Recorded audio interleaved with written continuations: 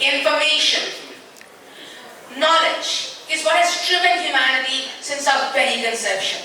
It is what has led to the construction of skyscrapers or the invention of mobile phones. The ability to pass on that knowledge is what has continued the creation of incredible thinkers and innovators through millennia. And now, there is an urgent need of schools that create future-ready students who can help take humanity through difficult times that are to come. And to talk about the role of technology, pedagogy, and curriculum in the creation of future-ready schools through a panel discussion, we have our moderator, Dr. Neeta Bali. She started her career with Moderator Day School in Delhi as head of department English and served at it for 18 years. Subsequently, she was vice principal APJ School Noida for 6 years. She has authored English language books for Franklin Education Aids and a book of essays for Madhubani. Our first panelist is Lieutenant General S.H. Kulkarni. General Kulkarni has served in the army for nearly 4 decades. In recognition of his special contribution, he has been awarded the Param Vishishta Seva Medal by the President of India and many more. Our second panelist is Mr. Ashok Vaid. Mr. Ashok Vaid did his MA in Economics from University of Rajasthan and MA in Geography from University of Rajasthan. And he did his post-graduation diploma in Business Management from Bharatiya Vidya Bhavan. He is currently working as principal in Maheshwari Public School, Jawaharnagar, Jaipur. Our third panelist is Ms. Devidutta, Kanoongo. Devidutta is an alumnus of the prestigious Indian School of Business and IB certified school administrator. He is the CEO of the Radcliffe group of schools. Radcliffe is a national chain of 12 CBSE schools with the vision of providing affordable but cutting-edge education to every child. Our fourth panelist is Ms. Seema Sehajpal. Ms. Sehajpal is working passionately as a principal of Dharav High School to promote and implement the various CBSE initiatives. Ms. Dharav School has become a considerable contributor to the CBSE endeavours by promoting and adopting the NEP goals. Our fifth panelist is Mr. Dhaval Mehta. We invite you to the stage, sir. Over to you, ladies and gentlemen. Thank you.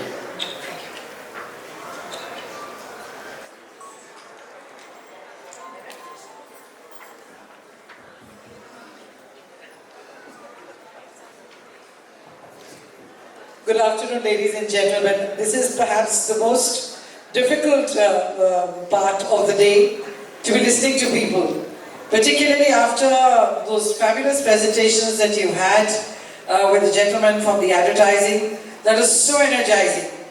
I don't know if we can make this so energizing, but nevertheless, we'll try and keep it as crisp as possible. But surely it should be of interest to you, because what we are going to talk about is absolutely relevant to everyone across India, across the world. More so, I think, after the pandemic, it has become even more relevant. So, I welcome all my panelists here, all very well-known names in the field of education, all very seasoned educators. And may I request them all to introduce themselves briefly. Of course, you heard as a moderator, I'm Neeta Bali. I had an international school called Goenka World School as director, and I request the panelists to please start introducing themselves.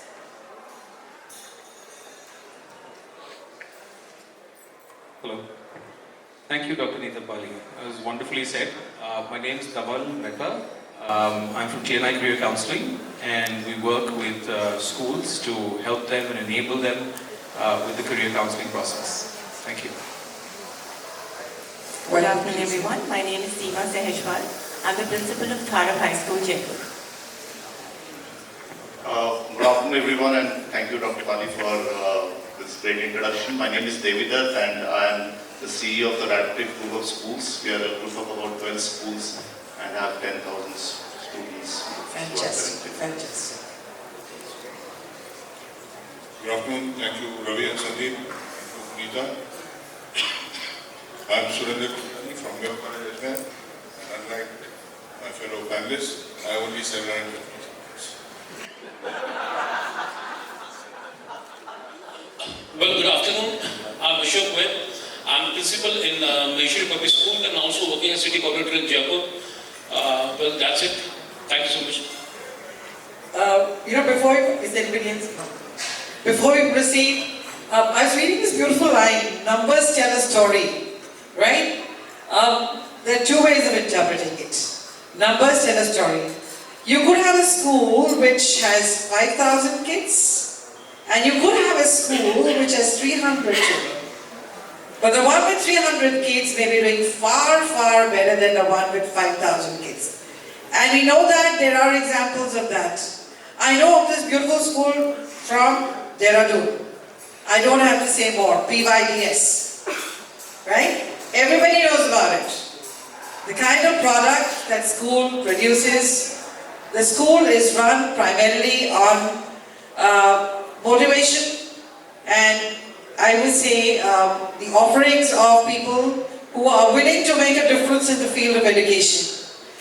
And the best of the best students, they churn out some of the best of the best students who go on free trips to some of the best schools in the world and some of the best schools in the university.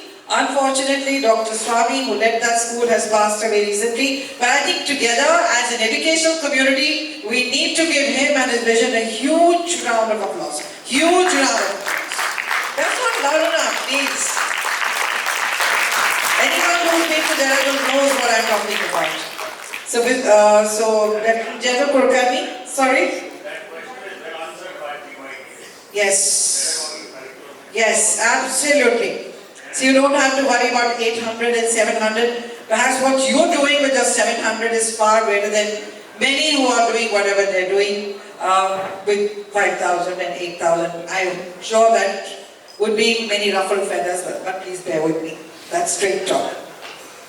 Anyways, our topic for today is why blending technology, pedagogy, and curricula are crucial to meet the unique need for future-ready schools. I repeat, why blending technology, pedagogy, and curriculum are crucial to meet the urgent need for future-ready schools.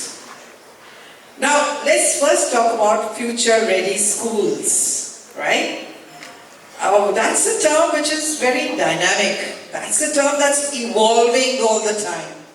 What's future ready? What was future ready yesterday is not so today. And what's future ready today is not going to be future ready tomorrow. So, General Kulkarni, I want you to talk about what in your perception is a future ready school. First and foremost, a future ready school is a school which has future ready teachers. So if you don't have future ready teachers, you'll never get future ready students. Number one. Number two, Pratish in his fine presentation, and I can't be as dramatic or as expressive as him, but he spoke about anticipation. There are two things that a future ready student should have, which of course the teacher should have before them, is anticipation, which he said, and the other is adaptability. Everybody's talking about the pace of change getting faster and faster. So if you leave your kid going out of school with the capacity to anticipate, there are students to be ready for plan B, plan C. He has to be able to be adaptable to circumstances that even we don't know will come in his way. And the third and most important thing is, he has to be taught consciously to be a risk taker. And the biggest impediment to children today becoming a risk taker are their parents. And therefore you have to teach parents a concept called controlled adversity. That you could expose your children to limited adversity, that if they fail, they will fall into a safety net and they won't collapse and die. But if they are not exposed to this adversity, when they hit the real world, they are going to get knocked down very easily. And the more affluent and the more well-to-do family you come from, higher the risk is. So very right, particularly in the wake of the pandemic, which has taught us that the only thing that is constant in life is change. So I think we need to go beyond grades. What General Kulkarni has said, teaching children the art of facing an adversity with resilience, sheer grit. I think that is probably more important, the ability to cope with an unforeseen situation. I think those are the skills that have become more significant now, particularly after the last 2.5 years, where numberless children would have lost their parents, families have been disrupted, learning has been disrupted. So I think that is definitely, as you said, controlled adversity. I love that term, controlled adversity. So when we say controlled adversity, you provide them an opportunity to be able to cope, but definitely give them some kind of a buffer or some kind of a security net to fall back on in case if they flounder. But children have to be taught the skills of resilience, the ability to cope with the unforeseen. And that's what would probably make them future ready. Leave alone the technology. I think that's what is going to make them future ready. But unfortunately, I think as schools, we are only focusing on numbers and grades and percentages and college placements and so on and so forth. My next question to Mr. Vaid. Technology is here and technology is here to stay, right? Now, do you feel that the usage of technology or integrating technology into curriculum and integrating technology into pedagogy makes teaching learning more engaging? Could you speak a little about it? Well, definitely, one thing I always believe is the only thing in the world which is constant is the word change. And that's the only thing which is constant is the word change. What we used to do as a teacher, because I also take it as a teacher, because if I become teacher, I won't be a problem creator. Because principal was supposed to be problem creators. So, as a teacher, what we used to speak in the classes, be quiet, be quiet. Last 2 years, what we are speaking, speak loud, We were speaking, sit straight. Now we are saying, please switch on the camera. We were saying, mobile strictly banned. Even for the teachers, keep the mobiles here. Now we are saying, please use good mobile. What is this? This what is the change which is coming up, The change has to be there and we have to cope up. Now the thing has come up like we call it blending learning or what are the changes are, To be very honest, we all are sitting here last 3 years back. 3 years back, we never knew what is the meaning of the word Z-O-O-M, Zoom. We never knew it. But in last 2 years, our Google G has become Google Bhagwan for the kids, They have come as a God for the kids, and that is also a change because the learning has come not only in the classroom, the offline learning has also come up. There are new techniques and we have to cope up with those new techniques. Because I'll tell you one thing, everything is available on the net. You go to google.com, everything is available. You go to Khan classes, you have got the material. You go to CK12, I'm telling you the new techniques which are coming up. You go to CK12, every textbook if you want to buy, you don't want to buy, they're available. You go to Socrates, if you go to Socrates, you can have any kind of presentation. You can go for any kind of quizzes. The only thing is you have to be adaptive and you have to adapt those. And the only thing is you have to be very careful how much in what quantity. How much, what quantity is useful and should be used, If you go to a class and you start using it, a smart class, and whole 35 minutes you are using it, actually you are not teaching it. You are not teaching it because these things are not meant to replace a teacher. These things are always there as a supplement for teaching. So all these new techniques, yes, we have to go in. The changes have come up. The new technology, the new apps, the new things which are coming up like YouTubes and all that, they have actually become the part and parcel of your curriculum. Because when we talk about the curriculum and when we want to talk about that, there are three important aspects of the curriculum. A, B and C. Articulate, balance and continuity, which very few people know. So this continuity is very important with the new techniques which we are coming. Thank you so much. That brings me to, in fact, a question that stems from what you just said. General Kulkarni, how much is too much? Nothing is too much, but just understand that we are using these three words interchangeably and as if they are, connected at the same level. Technology, pedagogy and curriculum are not at the same level. The rate of change differs substantially. Technology is driving change. Curriculum is desperate to catch up with the change and will always be lagging behind. So your only bet lies to be adaptable is to be able to use pedagogy to handle the technology. And if you have to use pedagogy to handle the technology, then please remember that this is where, like I said, the most important thing for being future ready is the teacher. The teachers have to be adept, not in being, there's a phrase we use in our school, be technology enabled, but do not be technology enslaved. Now that is a dividing line that you have to draw based on your local context. But important thing is for pedagogies. There are some very cutting edge pedagogies and there are some very historical pedagogies. Storytelling, drama, dance, music, these are there for millennia. And just because technology has now become all pervasive doesn't mean that you throw any of these old things away. So therefore, there is too much focus in schools on curriculum. And teachers have the obsession syllabus pura karna hai. Agreed. For the board exams, I can understand you have been to college. For the rest of the school and junior classes, especially class 8 and below, please allow pedagogy to be your first card. Use technology to fulfill that pedagogy and don't bother about the curriculum. You'll never catch up. Thank you so much. I think so appropriately put, in fact. Good not to be obsessed with technology.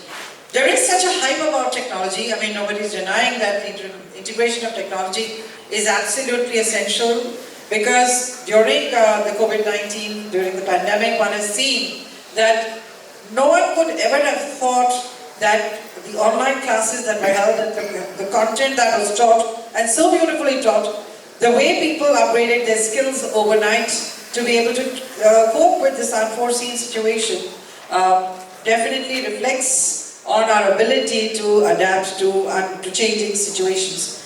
But at the same time, as General Kulkarni says, let us not become a slave to technology. Let us not get obsessed with technology. Technology not for its own sake, technology for education and technology in education. I think that's what makes much more sense. My next question to Mr. Kanoongo, many schools are teaching coding to the 8-year-olds. They're offering the AI courses. There's something called Shadow Aspect, which allows students to learn geometry using 3D puzzles.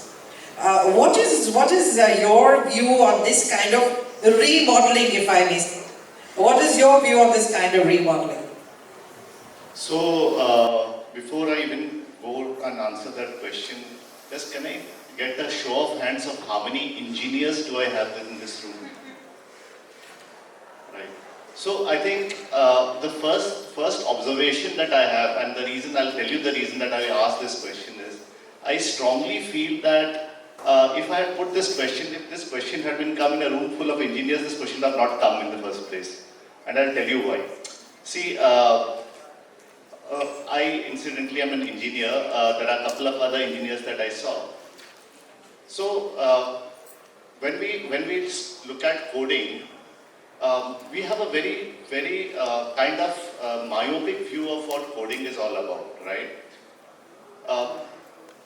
When you go and do an engineering course, what you realize is that every course that you do, almost every course, has an element of coding in it, which means that there is a certain aspect of looking every problem, and we have, as multiple people have talked about design thinking here, right?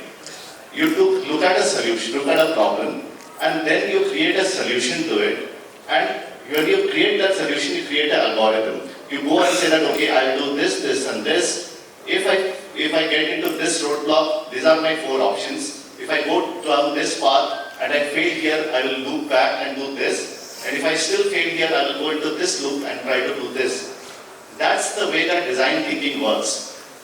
The reason I personally feel, to get a short answer to the question, I strongly feel that coding is an absolutely mandatory thing that we should do for children right from very young age. When I say young age, I mean nursery.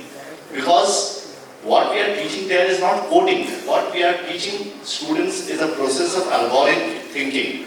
How do you look at a problem and not look at it as an overwhelming thing, but as different actions that you can take, and how you can revert back and look at the problem from different point of view if you get stuck into a problem. And that's what your coding ability to code teaches you. In one of my schools, we started implementation of this fantastic program called code.org. I don't know if any of you have started using it. fantastic open source program. All lesson plans are free. The entire platform is free. Much better than White Hat Junior and other things that you can get. And it teaches children coding in a very step-by-step, gamified way. And I have seen children in the school having created fantastic algorithms and understand algorithmic thinking, and that created, and there was a person from Logic IQ who gave a presentation today. That particular way of thinking can be developed very well in a very, very play-way method of teaching by teaching programming. So I personally feel that coding for students is a must, but I'm very, very against, those फर्जी ads that you see, मेरा बच्चा आज इससे करेगा उसको 10 करोड़ का job मिल गया. That's a wrong expectation. What you should do is teach the sake of why you're teaching. You should teach it for the sake of children's minds being developed and the enjoyment of teaching, and that's how I think the coding can be taken up in a fantastic way as a part of it.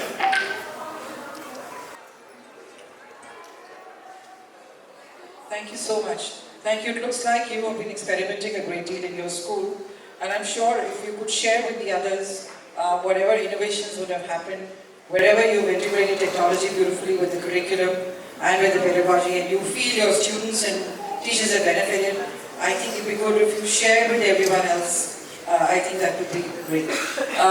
Let me go now to Seema, to Ms. Sehajpal, and ask her a quick question about Seema. I'm sure doing some of the things that the gentleman has just mentioned. Can you specify some of the ways in which technology is going to greatly impact the future of education, and that you're already beginning to feel those ripples?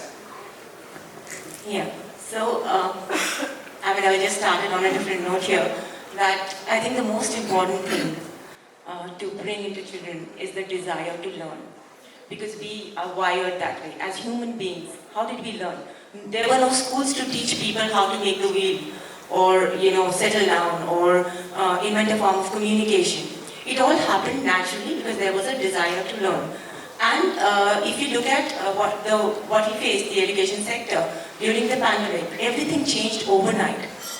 Teachers who were so reluctant, to work on the computer, or even make worksheets for that matter at that point in time, suddenly overnight just learned everything because they had to survive.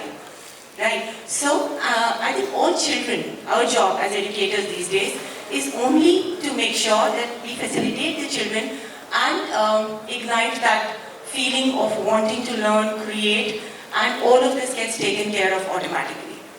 Thank you. Thank you so much. Thank you. Very aptly put.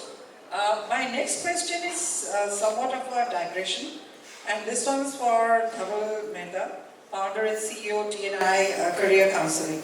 So Dhaval, during lunch we had a few conversations about the necessity of a career advisory cell in all schools. Incidentally, some of us, I'm sure, in this very august gathering are members of the IC3 movement, which is working in many countries and is promoting the cause of career counselling. A lot of schools take career counsellors very lightly, for some strange reason, which should not be so.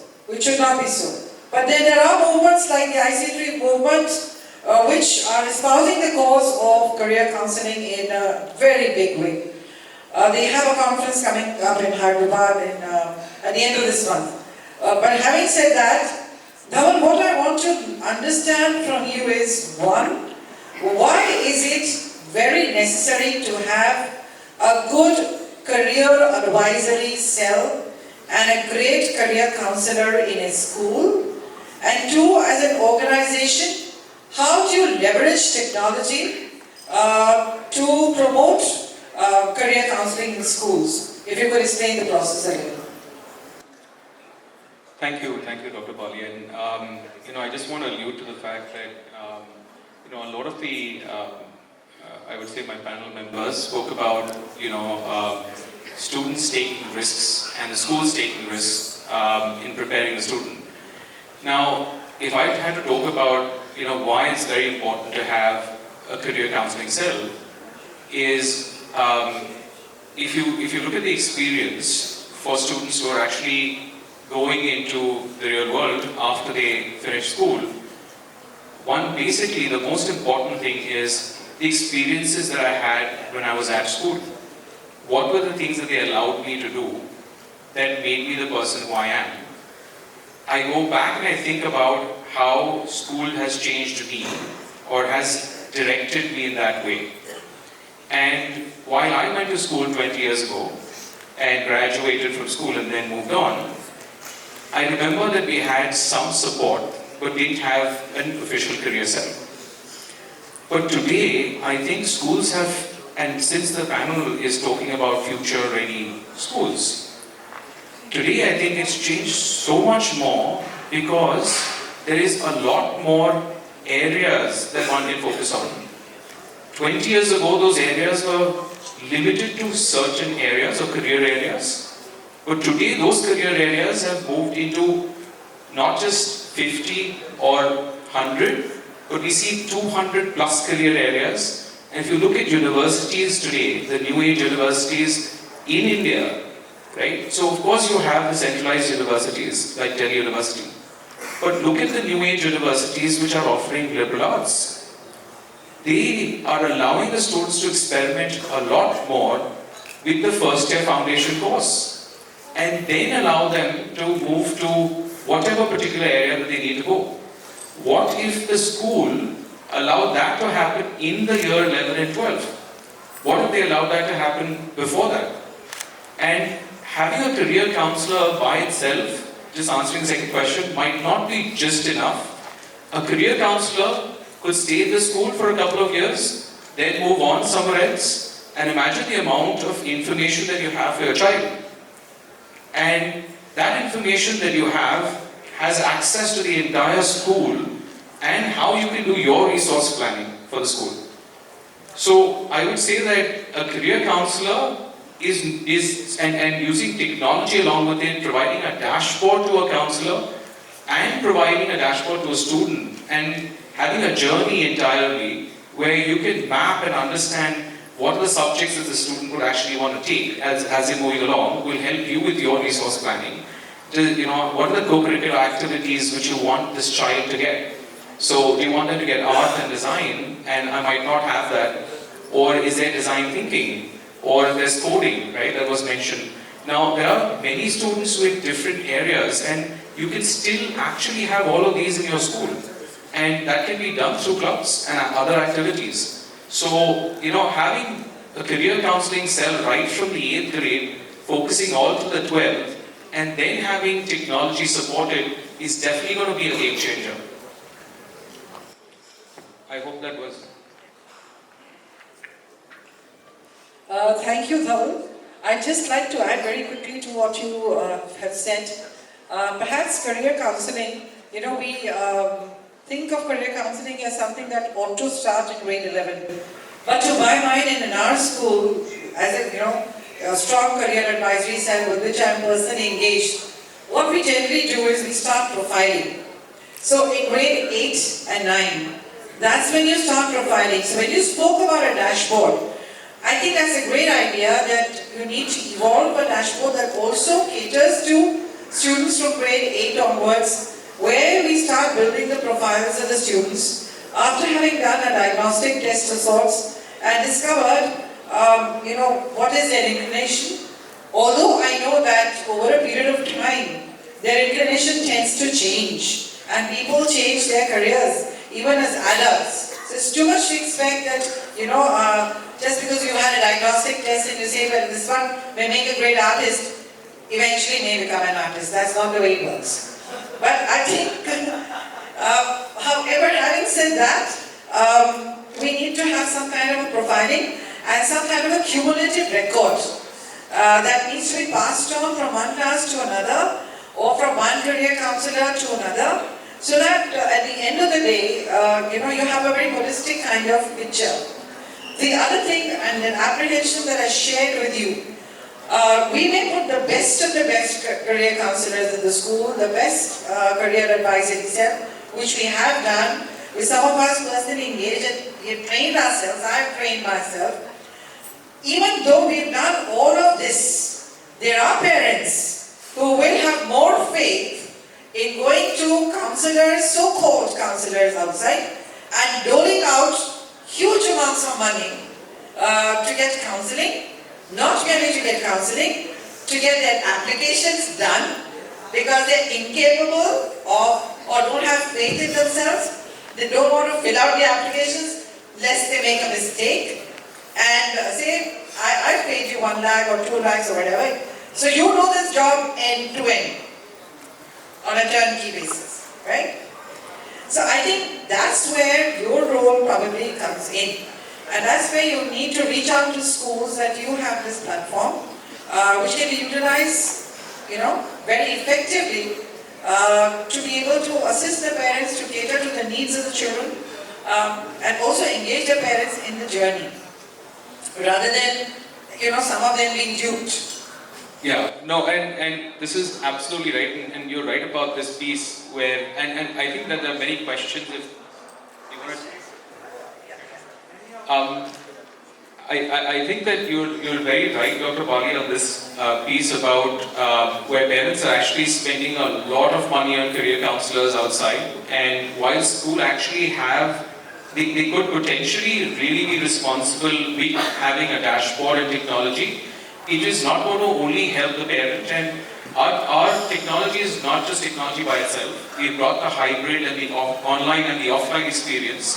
So we've added mentors, about 200 mentors for about 15 plus career areas. So the idea is that you have an expert, you have someone who's been through the journey, who has deep industry knowledge, who's either a sports psychologist who's actually gone to Northwestern, has understood this, has worked at ESPN, has worked with athletes. They understand what sports psychology is, for instance, right? And can actually explain that. So the idea is how do you bring that to the school, and how do you support the school and the student through the process. And you're absolutely right.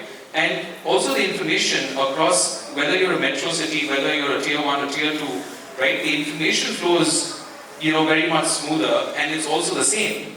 And you're right, you have to counsel the parents a lot through the process. And that's what we have, a mass counseling session and then a one-to-one counseling session. So our product kind of covers essentially all of these areas with the dashboard for the counselor as well as the student. General Kulkarni wants to say 1 sentence, 2 sentences, and then we take questions. Thanks, Dhaval.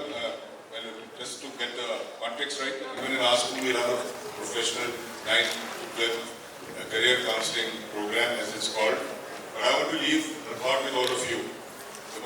Everybody comes and tells you that your students are going to have multiple careers in their life. The moment you say career counseling, you are creating a psychologically restrictive thought process. So it's just a thought for all of you. There's an acronym which I'm trying to propagate. I've not got past my own career counselor yet. I haven't yet got past my own counselor yet, but I hope to.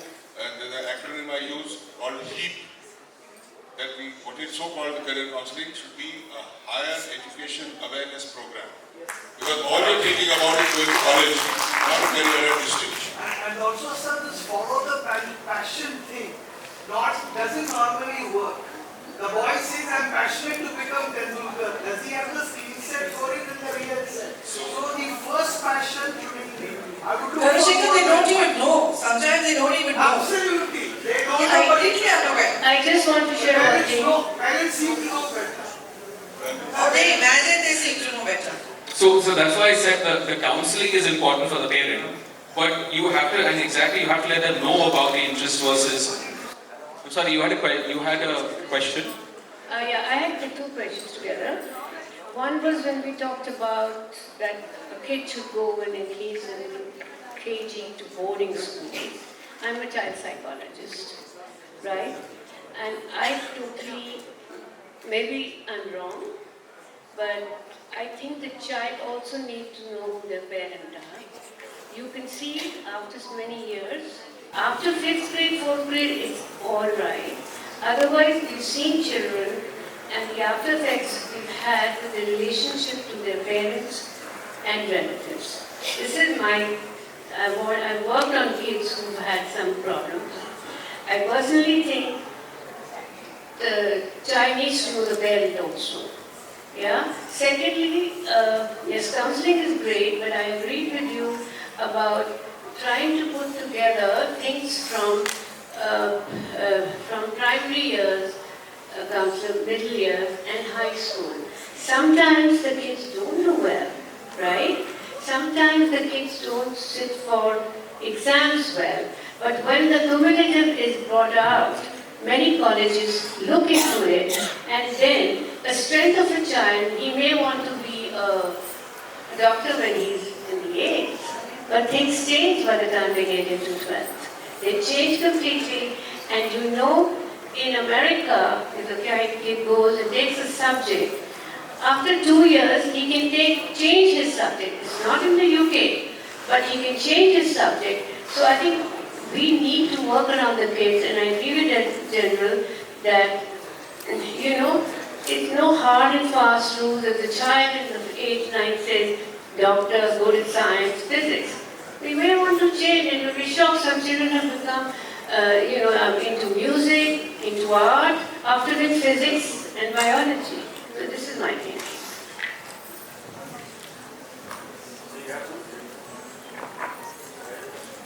I thank General for putting to light that factor. I just want, ma'am, I think it's better you ask. I'm very curious to know how many schools have career counseling in their school?